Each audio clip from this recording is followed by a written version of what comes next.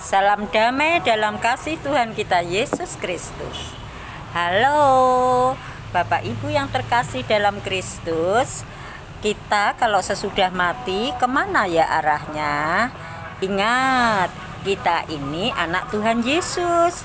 Kita adalah anak-anak Yesus. Kita adalah pewaris surga karena kita ini anak-anak Tuhan Yesus.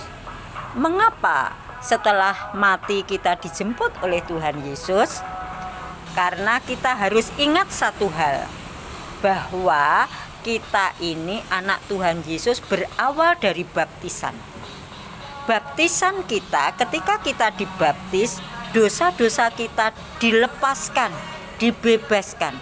Kita terlepas dari dosa kita terlepas dari maut. Siapa yang membebaskan kita agar kita terbebas dari maut? Ialah Tuhan Yesus. Kau tahu, ketika kita dibaptis, dosa-dosa kita sudah dihapus. Kita dibebaskan dari dosa, kita dibebaskan dari maut.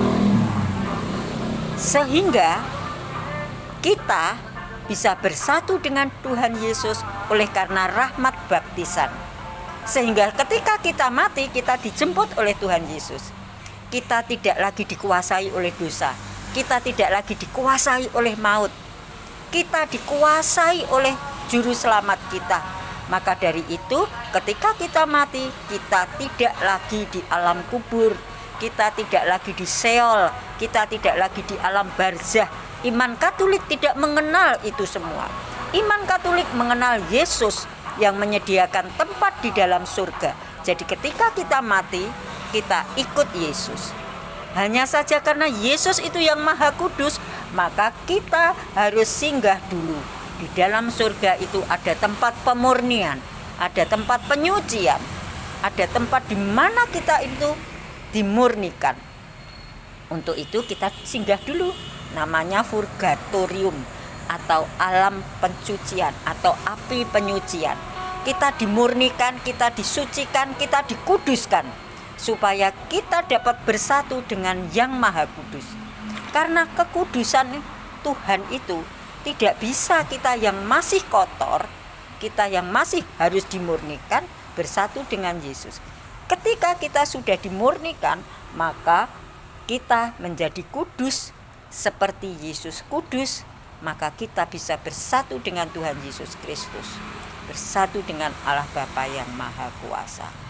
Loh, bagaimana dengan konsep neraka? Neraka itu orang yang meninggalkan Tuhan Yesus, orang yang sudah memutuskan hubungan dengan Yesus. Contohnya bunuh diri. Kita sudah terputus dengan Yesus. Kita tidak bisa masuk surga. Tetapi iman kita iman Katolik. Kalau kita menjalankan perintah Tuhan, ketika kita dibaptis, dosa kita sudah dibebaskan, ditebus oleh Tuhan. Kita sudah tidak punya maut. Kita sudah dibebaskan dari maut. Kita selalu ikut Tuhan masuk dalam kerajaan surga bersama Tuhan, dijemput oleh Tuhan. Jadi iman Katolik luar biasa.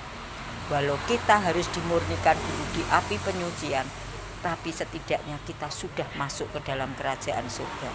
Dan kita dimurnikan, kita dikuduskan, maka kita bersatu dengan Yang Maha Kudus, Allah Bapa di surga. Tuhan Yesus memberkati kita. Amin.